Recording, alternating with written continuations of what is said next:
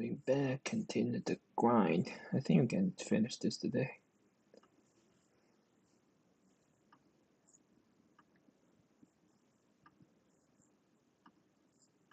Let's go. Hello, I'm Professor Brian Boucher. Welcome back. This video kicks off a 3-video sequence where we're going to use ratio analysis to study the case of a growth company and see what we can learn about the sources of their competitive advantages and disadvantages. I can't wait. Let's get started. Let's start with some background on Plainview technology. So Plainview manufactures iris scanning equipment for biometric identification. In 2009, Plainview lost its largest customer, a defense contractor, which accounted for half of its business. The customer transferred its business to a foreign competitor which had lower labor costs. Plainview management responded by increasing automation. They also built new plants in California and South Carolina to be closer to their customers. Plainview expanded into new industries, healthcare, financial institutions, nuclear power. They switched from high-volume standard products to smaller batch customized products. In 2010, Plainview adopted new 6G technology, which provides better manufacturing results at a lower manufacturing cost. The company's experienced explosive growth after surviving its crisis and has now picked up a greater following by analysts and investors. A new analyst is just a few hours to prepare before participating on a conference call with Plainview Technology Management. The only information they have are the financial statements and ratios. Based on the ratios, what seems to be the secret of the company's turnaround, and what questions would you ask management during the call? Before we take a look at the ratios, I always think it's a good idea to start with the financial statements. Take a look at the balance sheet, the income statement, and cash flow statement to see if there's any trends that jump out at us or seem unusual. Then we can keep those in the back of our mind as we go through the ratios. So here's the asset side of the balance sheet. Increase for the year. I'm going to put up the pause sign and recommend that you pause the video. Take a minute or so to look over the balance sheet and see if there's anything that jumps out at you, and then resume the video and we'll talk about what you're seeing. Cash is getting less, but this is... It certainly appears that PP&E has grown substantially. There also is a huge jump in inventory and accounts receivable after 2009. Yes, but the whole company has gotten bigger. Look at total assets. Do you have a point that you are trying to make? Yes, Dave, I do have a point. My point Cash is that the is balance sheet so is a good much. starting point to try to look at what's going on in the company. Eric noted that there were big increases in accounts receivable and inventory. Elizabeth noted that there were big increases in PP&E. We probably want to understand those. But you're right that if the company is growing so much as a whole, it's hard to interpret the balance sheet. And so later on, we'll look at techniques that will take out the effects of this growth and let us know whether line items on the balance sheet are growing faster or slower than other line items. Here is the liabilities and stockholders' equity side of the balance sheet. So please, again, pause the video, take a look, and see what you find.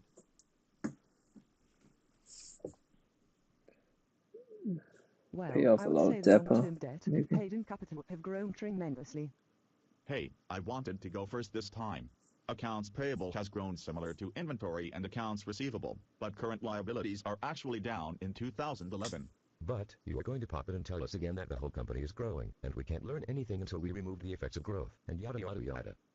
Yes, that's what I was going to say, that it's hard to draw too many conclusions from this part of the balance sheet without taking out the effects of growth.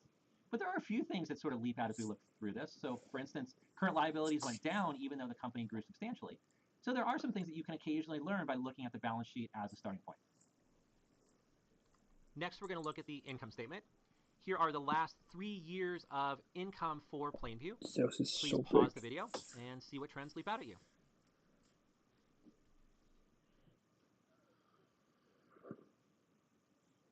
Well, it looks like It looks The like sales, margin better. gross profit, The margin's operating much income, better. and net income are all growing stupendously. 110, 110. Didn't And yes, change we will have much. to remove the effects of growth to understand this better, which we'll do later in the video. The margin isn't so Next, we have different. the statement of cash flows. We're going to start with the operating section that shows you cash flows from operating activities. Please pause the video and take a look.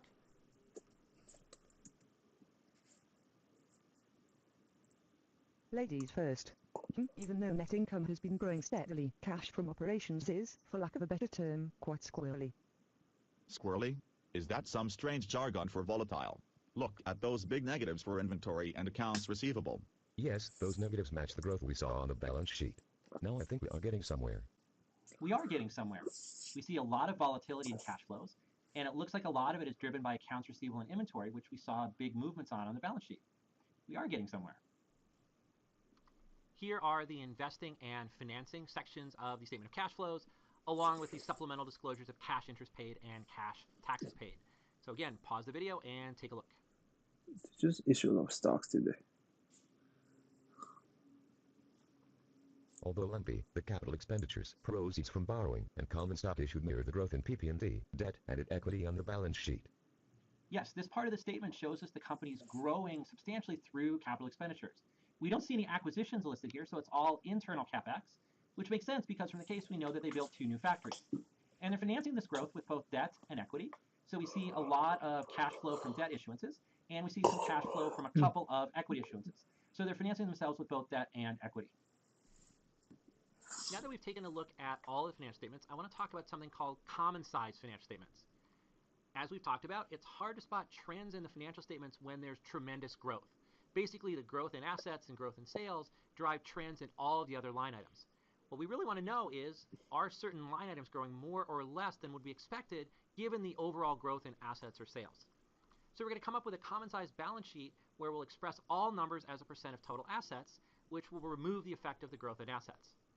We'll come up with a common size income statement where we'll express all numbers as a percent of sales, thereby taking out the growth in sales.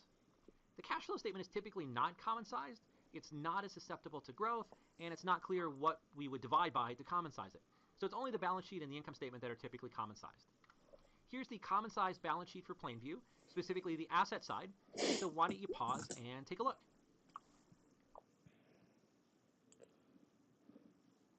Even though PP&T was growing so much, this makes it look like it is shrinking.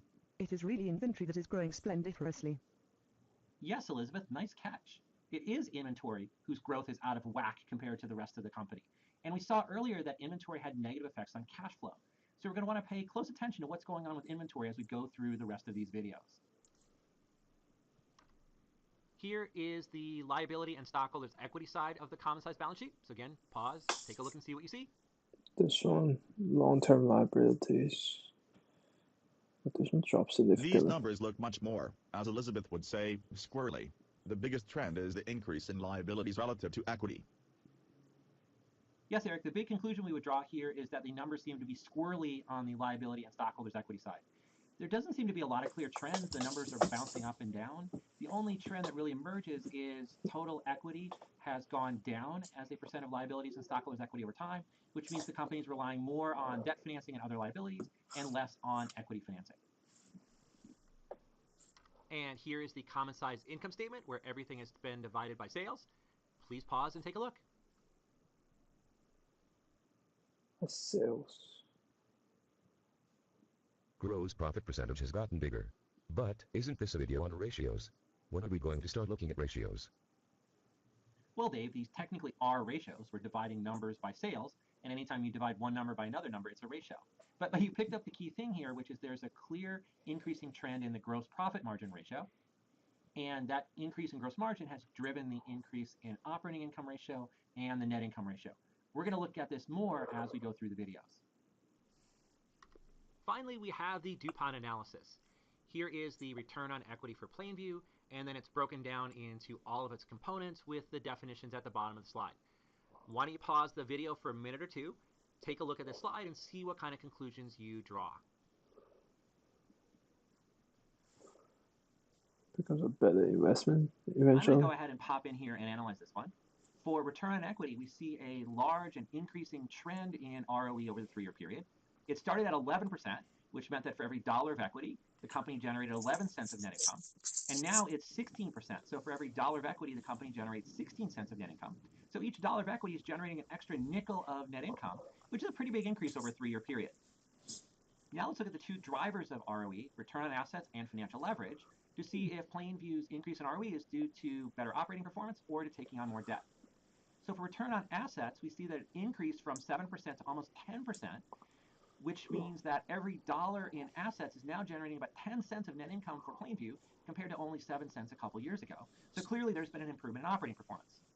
If we look at financial leverage, it's been fairly flat over this period, around 2.3. So for every dollar of equity, Plainview has $2.30 of assets, which means they're taking on about $1.30 of debt, and that really hasn't changed. So it seems like the increase in ROE is primarily driven by the improvement in return on assets. Now let's look at the 2 drivers of return on assets, return on sales and asset turnover. we see another increasing trend in return on sales, which means that Plainview sales have become more profitable over this period. ROS has gone from 5% to almost 7%, so each dollar of sales now generates almost 7 cents of net income instead of 5 cents. What's 2 cents? Well, if you multiply it times 100 million in sales, it adds up pretty quickly. Now, if we look at asset turnover, it briefly went up, but then came back down to around 1.45, which means that for every dollar of assets, Plainview generates about $1.45 in sales. But there's no clear upward trend in asset turnover, so it looks like the sole secret to Plainview's success with their ROE is that their sales have become more profitable over this period. You said last video that ROE equals assets. Now let's look at the two drivers of return on assets, return on sales and asset turnover. We see another increasing trend in return on sales, which means that Plainview sales have become more profitable over this period. ROS has gone from 5% to almost 7%, so each dollar of sales now generates almost 7 cents of net income instead of 5 cents. What's 2 cents? Well, if you multiply it times 100 million in sales, it adds up pretty quickly. Now, if we look at asset turnover, it briefly went up, but then came back down to around 1.45, which means that for every dollar of assets, Plainview generates about $1.45 in sales. But there's no clear upward trend in asset turnover, so it looks like the sole secret to Plainview's success with their ROE is that their sales have become more profitable over this period. You said last video that ROE equals ROA times financial average.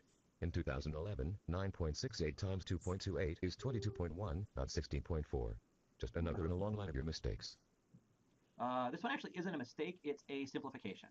So if you remember from last video, the return in return on equity is net income, but the return in return on assets is delevered net income, which is net income plus after-tax interest expense.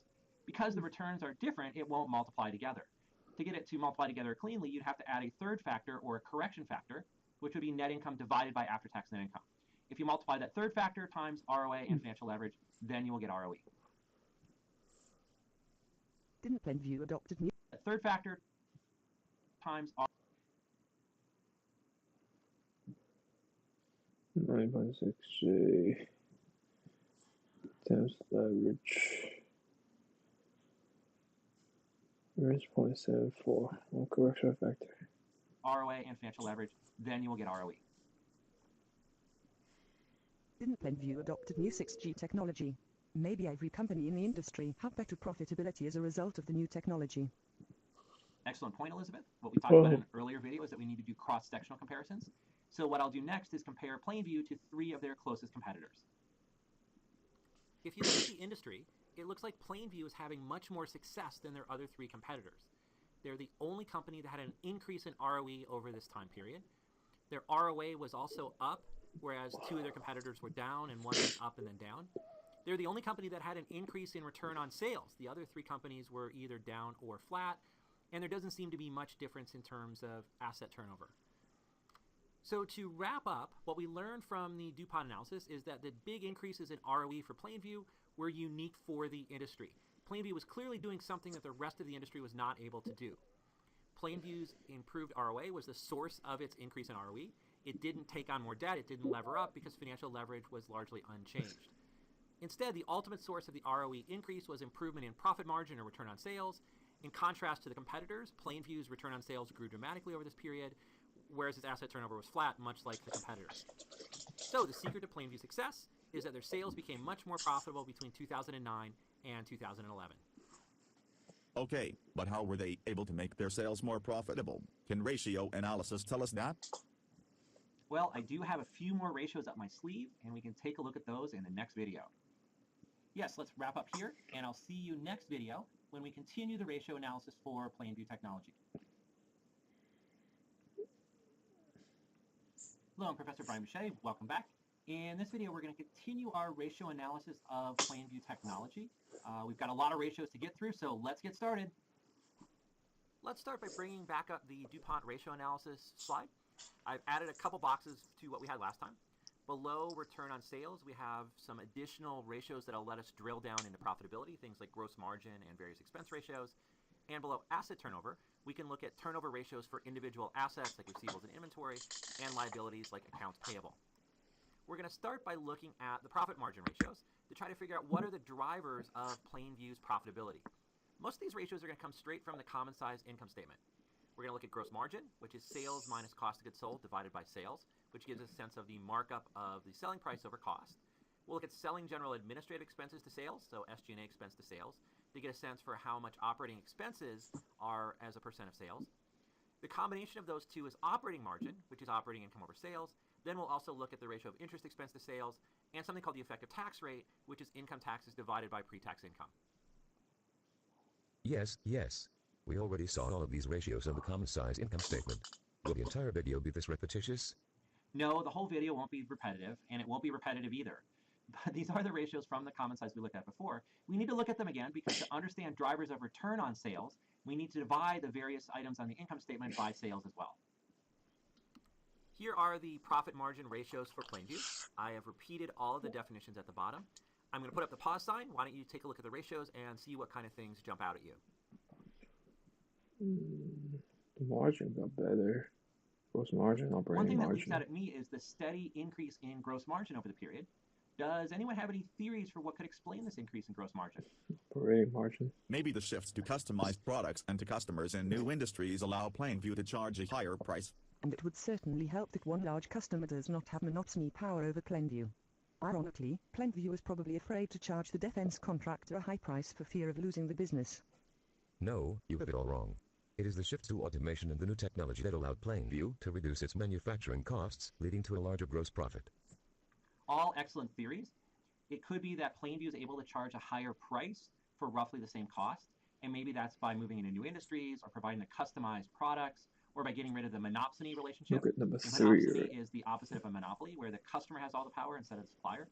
Or it could be something on the cost side, where Plainview is able to reduce costs but charge around the same price. So maybe it's the automation that's doing that, or it's the new technologies. We're going to have to look at a lot more ratios to try to get more evidence on which of these theories is correct. Let's look at the rest of the ratios. The ratio of selling general administrative expenses to sales is completely flat over the period. So as Plainview has grown substantially, it's managed to keep its SG&A expenses in line and not have them grow faster than sales as a whole. Then if we look at interest expense and effective tax rate, there's not much going on. Interest expense is pretty flat, and other than a blip a couple years ago, effective tax rate hasn't changed that much either. Could it not be the case that a flat trend in SG&A would be bad news? If there were economies of scale, we might expect the SG&A to sales ratio to go down. That's an excellent point, Elizabeth. Usually when we look at a ratio and see that not much has changed, we assume that not much has changed. But it could be the fact that Plainview should have gotten some economies of scale. For instance, they're able to grow their sales volume faster than they grow their sales force. Or maybe they automated their accounts receivable collection so that they were able to reduce their SG&A costs as they grew. But lacking such information, we have to assume that this is just a flat trend, and it's at least good news that Plainview's SG&A hasn't grown faster than its sales. So our profit margin analysis tells us that gross margin was the big driver of Plainview's success. Now we have to think about what are some possible explanations for this improvement in gross margin. Was Plainview able to reduce production costs while maintaining sales price? So we'd have the question of, did Plainview further automate its production? Or were they able to raise the selling price while keeping costs constant? So we have the question, did the entry into new markets, the customized products, allow a higher markup? Or maybe it's a combination of both. There are no more ratios in the income statement that would allow us to drill down even further. So at this point, we're going to have to search for confirming or disconfirming evidence of these explanations elsewhere in the financial statements and ratios. And of course, if we were the analyst on the call, we could actually ask management very specific questions about what the source of their improvement in gross margin was. That's it? Can't the ratios tell us more? I still don't know the answer to how they made their sales more profitable. I can't promise that we'll ever know for sure just by looking at the ratios. Remember, ratios allow us to ask better questions, not necessarily give us the answers. But I do have some more ratios we can look at. One place to look for further information on how Plainview is doing is to do a detailed... There are no more ratios in the income statement. Was Plainview able to automated their accounts receivable collection so that they were able to reduce their SG&A? We have to assume that this is just then its sales. So our profit margin analysis tells us that gross margin was the big driver of Plainview's success. Now we have to think about what are some possible explanations for this improvement in gross margin. Was Plainview able to reduce production costs while maintaining sales price? So we'd have the question of, did Plainview further automate its production? Or were they able to raise the selling price while keeping costs constant? So we have the question, did the entry into new markets, the customized products, allow a higher markup? Or maybe it's a combination of both. There are no more ratios in the income statement that would allow us to drill down even further. So at this point, we're going to have to search for confirming or disconfirming evidence of these explanations elsewhere in the financial statements and ratios. And of course, if we were the analyst on the call, we could actually ask management very specific questions about what the source of their improvement in gross margin was. That's it? Can't the ratios tell us more? I still don't know the answer to how they made their sales more profitable. I can't promise that we'll ever know for sure just by looking at the ratios. Remember, ratios allow us to ask better questions, not necessarily give us the answers. But I do have some more ratios we can look at. One place to look for further information on how Plainview is doing is to do a detailed asset turnover analysis. Although Plainview's asset turnover ratio was steady over the period, looking at the detailed components of the ratio may give us more insight into what happened with Plainview's turnaround. For example, when there's dramatic increases in sales like Plainview had, you often see lower inventory levels, so production can barely keep up with sales, and higher accounts receivable levels because the company has to extend credit to riskier customers to fuel its sales growth. And if you remember on the financial statements, we saw all this weird stuff going on with accounts receivable and inventory over the period. So let's define the asset turnover ratios. Basically, what these ratios are going to tell us is how many times during a year a company cycles through its accounts. For example, inventory turnover of 8 would mean that it builds and sells inventory 8 times during the year on average. So we're going to look at accounts receivable turnover, which is sales divided by average accounts receivable. Inventory turnover, which is cost of goods sold divided by average inventory. Accounts payable turnover, which is purchases over average accounts payable. Purchases, we're trying to get at the purchases of raw materials. So we calculate that as the difference between ending and beginning inventory plus COGS. And then fixed asset turnover is sales divided by average property, plant, and equipment. Here are the asset turnover ratios for Plainview, along with the definitions at the bottom. I'm going to put up the pause sign so you can take a look and see what these ratios are telling you.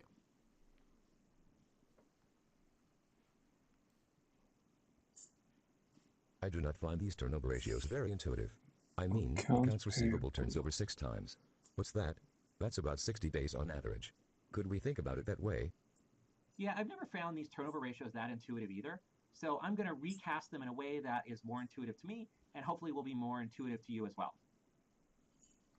So now we're going to look at the same ratios from a different perspective. We're going to turn them into what are called days outstanding ratios.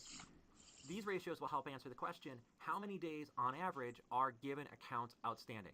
For example, if you saw days inventory of 45, it means that it takes 45 days on average from the time we start building the inventory until we sell it. So the days receivable outstanding ratio, or days sales outstanding ratio, which is often called DSO. So if you've heard the term DSO, it's referring to this ratio. It's just 365 divided by the AR turnover, so 365 being the number of days in the year. And in fact, that's how the days inventory and days payable ratios work as well. We just take the turnover ratio and divide it into 365. But by putting these ratios in days, we can come up with a new ratio called the net trade cycle. This is the days receivable plus the days inventory minus the days payable.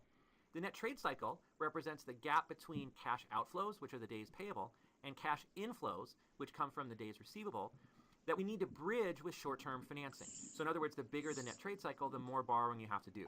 I'll talk about this ratio more in the context of Plainview.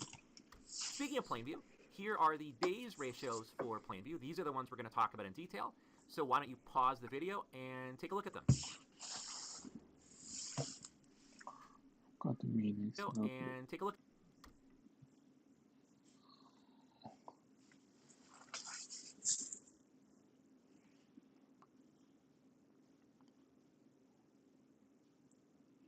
Gap between cash outflows and cash inflows statement for short-term no. Term financing. So in other words, the bigger the net trade cycle, the more borrowing you have to do. I'll talk about the video and take a look at them.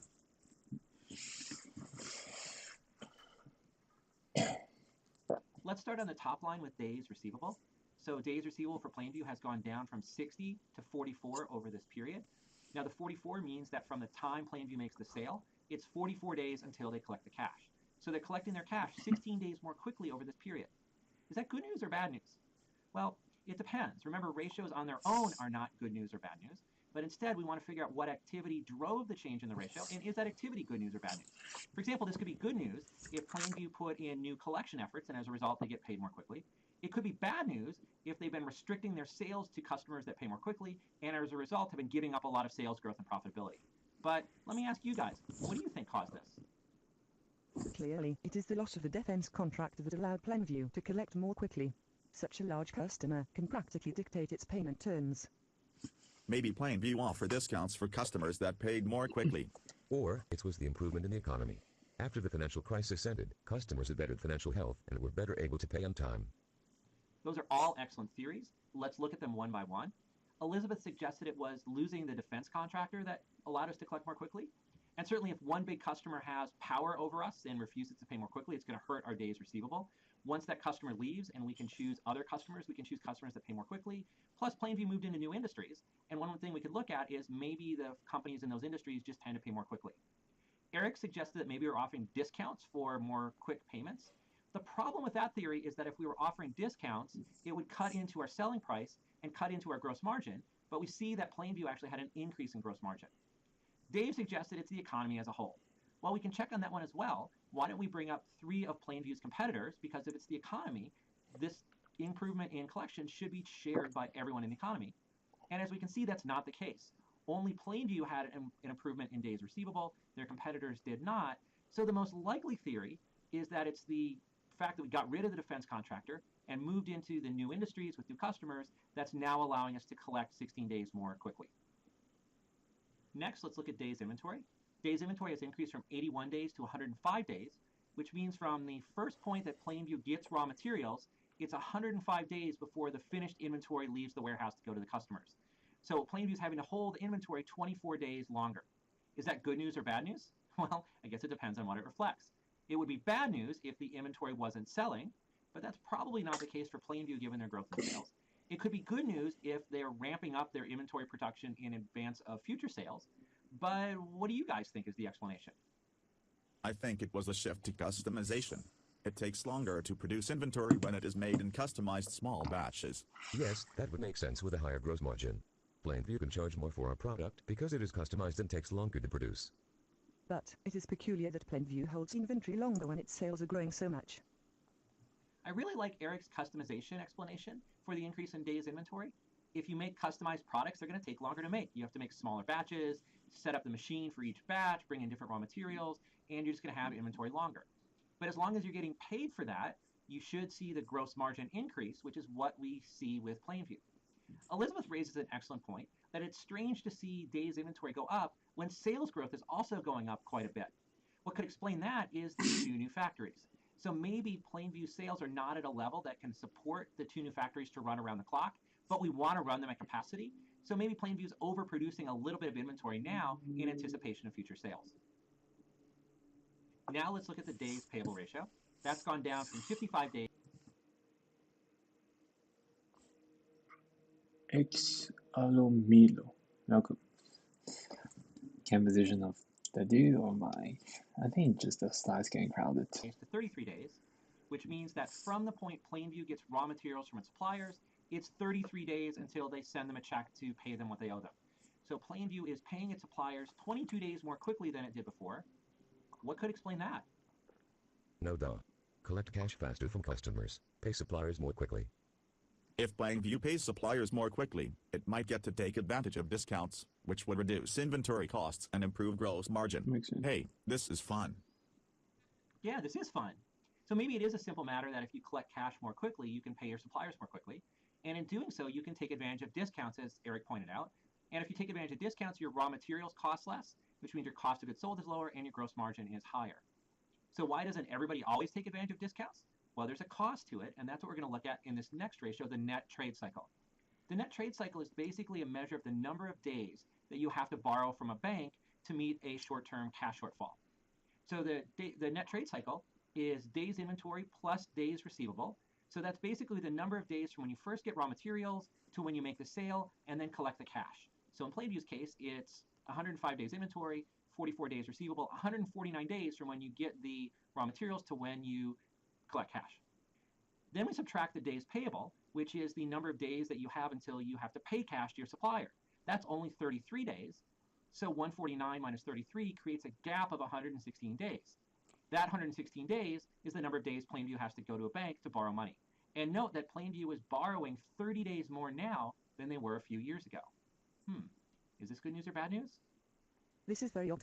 Why would Plainview pay its suppliers more quickly when it would have to turn around and borrow more money from the bank? Yeah, the only way this would make sense for Plainview is if the discounts that they get by paying their suppliers earlier are greater than the extra interest that they pay from borrowing from the bank longer. And that's probably the case for Plainview. We saw earlier that their interest expense as a percent of sales has been fairly flat over time, indicating that they're able to borrow more without having it negatively affect their interest rate or their interest expense. So all in all, this seems to be a good thing for Plainview, where by taking advantage of the discounts, they're able to reduce their costs and increase their gross margin. So what are the overall conclusions that we can draw from this DuPont ratio analysis? It seems that for Plainview, the entry into new markets has produced higher margin sales with faster collections, and those faster collections are potentially allowing them to take advantage of discounts, but they have much longer production times and have to hold much more inventory. There's still a couple puzzles out there. How are they able to do this with 40% and higher sales growth? And why is their cash flow from operations so volatile, or as we said before, squirrely? So at this point, we have a pretty good idea of what's going on with Plainview, but it's only a pretty good idea. We don't know specifics, but we're at a point now where the ratio analysis will allow us to ask much better, much more specific questions to try to get to the bottom of what's going on with the company.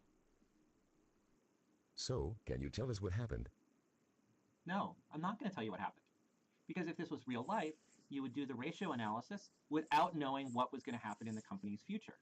The ratio analysis is not about the outcome, it's about the journey. It's about using a systematic approach to looking at ratios to try to figure out what may be working or not working for the company, but also to generate a good set of questions that you would then follow up and do more research or try to contact the company to find out the answers. So I'm going to leave you hanging and not tell you what ended up happening to Plainview. So we just have one more video to do on Plainview technology. We haven't looked at any of the liquidity ratios yet. So in the next video, we'll introduce liquidity ratios and take a look at those ratios for Plainview. I'll see you then. See you next video.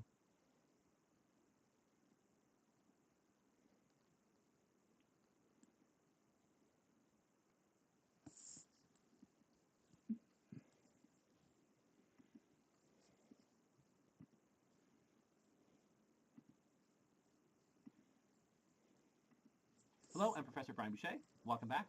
In this video, we're going to talk about liquidity ratios, both short-term and long-term liquidity, and then we'll apply those ratios to the Plainview technology case. Let's get started. Here's an overview of all the liquidity ratios we're going to look at, and you can put them into three buckets, two short-term buckets and one long-term bucket. First, we have a number of ratios that are going to tell us whether we have enough assets that are going to turn into cash to cover our liabilities in the next period. Then the next bucket will look at specifically whether we have enough liquidity to meet interest obligations. And the third bucket is going to be the long-term liquidity ratios. And these are going to be more about the notion of riskiness. Is the firm too highly levered? Is there a potential risk of bankruptcy down the road that may cause equity investors to lose their investment? What's the company's borrowing capacity? Those are all the questions that this set of ratios will get at. So going to that first bucket of short-term liquidity ratios, we're trying to answer the question, does the company have enough cash coming in to cover its obligations to pay out cash in the near term? Ideally, all the ratios that we look at would be over 1, which means there's more cash coming in than the cash we have to pay out. But again, you'd have to benchmark this with the industry, the firm across time, because for some industries, these are not greater than 1. The first ratio is called the current ratio. It's current assets over current liabilities. And basically what this is trying to get at is if current assets are going to turn into cash in the next year, current liabilities have to be paid in cash in the next year. Do we have enough assets turning into cash to cover the liabilities that we have to meet in cash? One drawback to this ratio is, as we know, not all current assets turn into cash. Some of them are things like prepaid rent, which never turn into cash. Some are inventory, which take a longer time to turn into cash. So there's another ratio called the quick ratio, which is just cash plus receivables divided by current liabilities. Much more conservative ratio, saying do you have enough assets that are either cash or going to turn into cash very quickly to cover your current liabilities. One more ratio is cash flow from operations to current liabilities. So we divide cash from operations by average current liabilities. This is more backward looking. It's saying over the past year, did you have enough cash generated from operations to cover your average level of current liabilities? So here's what the ratios look like for Plainview. So why don't I put up the pause sign and you can take a look at them.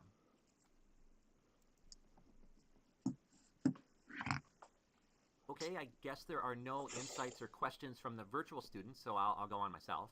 Starting with the current ratio, it looks very healthy. It's trended upwards from 2.4 to 3.6.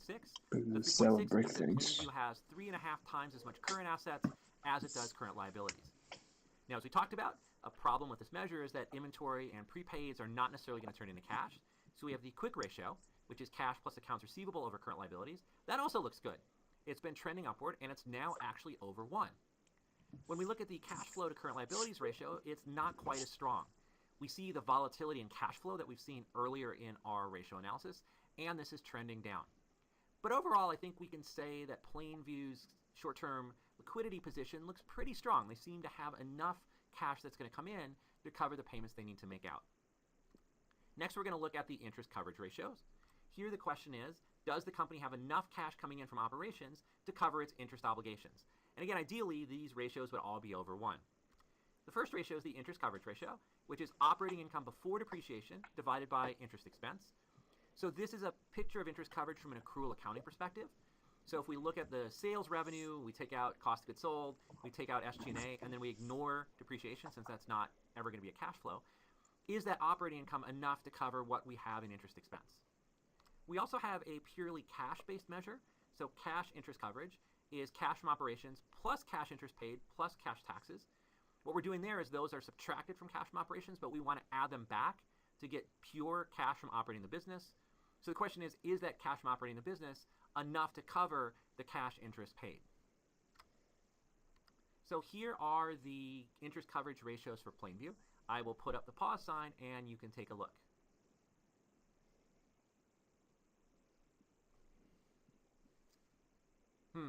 Nothing again from the virtual students? Why don't we go and check on them? What does that say? Dear professor, sorry we are studying for the exam. See you next video, your students.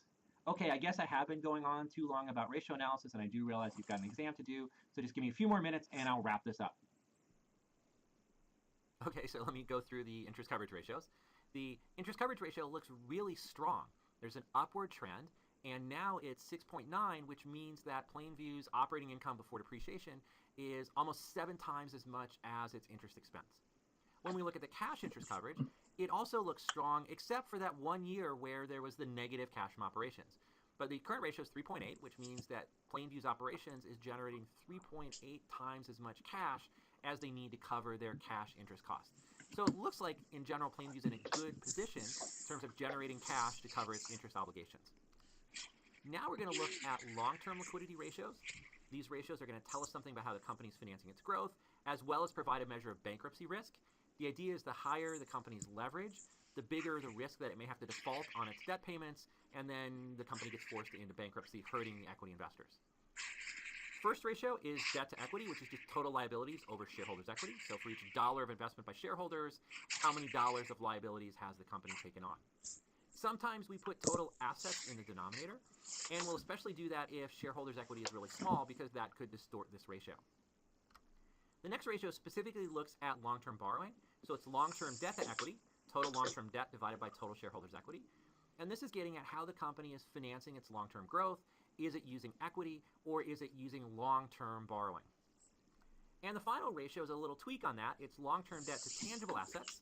So total long-term debt divided by total assets minus intangible assets. Intangible assets are things like contractual rights. They're not physical assets. They're not property, plant, and equipment. So essentially, we're trying to get a measure of things like property, plant, equipment, accounts receivable, inventory. And we're trying to get a measure of that because those are the kind of assets that can be collateralized. In other words, you can borrow the money with those assets as collateral, whereas intangible assets are harder to collateralize. So it's the borrowing capacity that the company has based on its collateralizable assets, if collateralizable is the word. So here are the long-term debt ratios for Plainview. Let me go ahead and put up the pause sign, and you can take a look.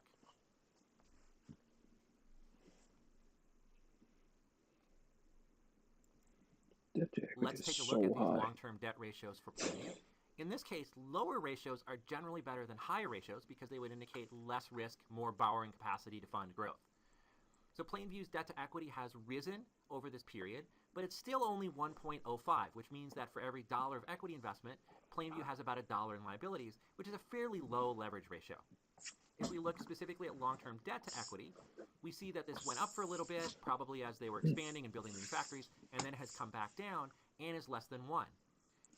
Similarly, for long-term debt to tangible assets, the ratio went up a little bit, came back down. These are still pretty low ratios, indicating that Plainview has a lot of debt capacity that they could use to borrow more money to fund further growth. So the conclusion for Plainview from the liquidity ratios is that they're in a strong short-term cash position. Quick ratio is greater than 1. They generally have high interest coverage ratios. They've managed their long-term leverage well through their expansion and growth. There's been some small increases in debt to equity and long-term debt to tangible asset ratios, but they're still not that big. And if we compare them to other companies in the industry, we would see that they're probably in line with what other companies have. So liquidity is not a major concern for Plainview Technology. And that's a wrap for the Plainview Technology case. We have looked at all of the major ratios that people tend to use. And so hopefully you can now add these tools to your toolbox when you're analyzing financial statements. I'll see you next time. Nice video.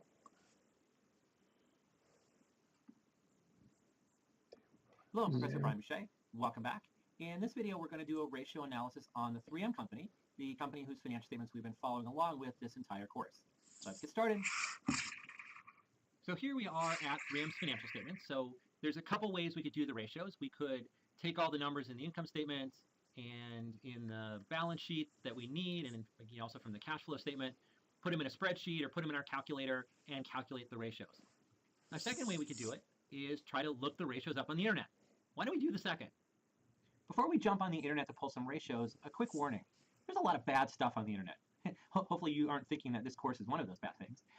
But the problem with ratios provided on the internet is oftentimes the provider does not give you the definitions. You don't know how they're calculating the ratios. So my advice is find one source that you trust, so they seem to use the same ratios that you would get doing it by hand, and then always use that source, so at least the ratios will always have consistent definitions. So one of the best sources on the web that I found to get ratios is Morningstar, because they give you a long time series of ratios that you can use. So if we look at 3M Company's page, there's some summary financial information, and then key ratios. So we've got right here return on equity. So that's our starting point in the DuPont formula. You notice it's sort of been going down the last few years slightly. We can look at the components. Here's financial leverage going down, so they're becoming less levered over time. Return on assets, up and then down again, more volatility with return on assets. Then you can look at return on assets going into asset turnover, and what they call net margin percentage is what I call return on sales. It's the profitability. And you can see the profitability up and then sort of down again, which is tracking what we saw with ROA. And asset turnover has been up and down as well. What we really need is to find 3 or 4 of 3M's closest competitors and then compare these ratios to the competitors to see whether these trends are specific to 3M or whether there's some kind of industry effect that's going on. But based on my knowledge of the industry, these are still pretty healthy ROE and ROA numbers. And then above, we have the profit margin breakdown. So we have gross margin, which is really high, almost 50%. SG&A to sales, which has been fairly flat.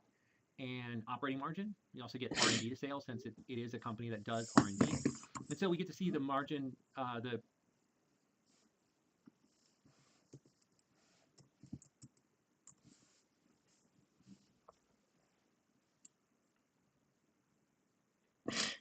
Calls for the business basically. profitability margin ratios as well. In case you're wondering, the TTM column on the far right, that stands for trailing 12 months. So that's the last 12 months before the date of the ratio calculation. Then there's a tab for some growth percentages. So this is just year-on-year, 3-year average, 5-year average, 10-year average growth in revenue, operating income, net income, earnings per share. Similar numbers for growth in cash flow. Financial health, this is essentially the common size balance sheet for 3M. And then down below, we have our old friends, the quick and current ratio. 3M is in really good shape, current ratio above 2, quick ratio above 1.3, 1.4. Financial leverage, which we saw earlier, and then a more traditional debt to equity ratio. Looks like 3M is not a very risky company, not very highly levered. Then there's efficiency ratios. So here we have days sales outstanding, days inventory, and days payable. So we can see there's a slight downward trend in 3M's days sales outstanding. Their receivables or inventory turnover has been sort of steady between 75, 85 days, and their payables ratio similar. What they call cash conversion cycle is what I was calling the net trade cycle. So it's basically the number of days you'd have to borrow from a bank.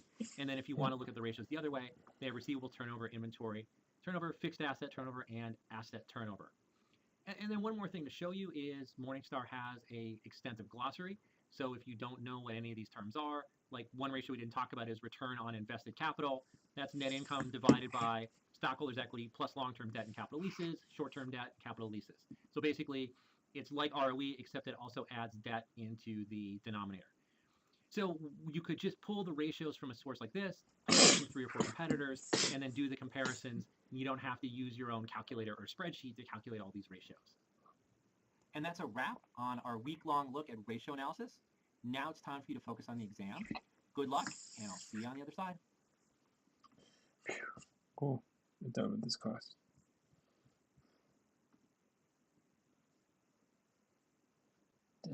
See you next video. I'm trying to think of what to do. Still not having a fully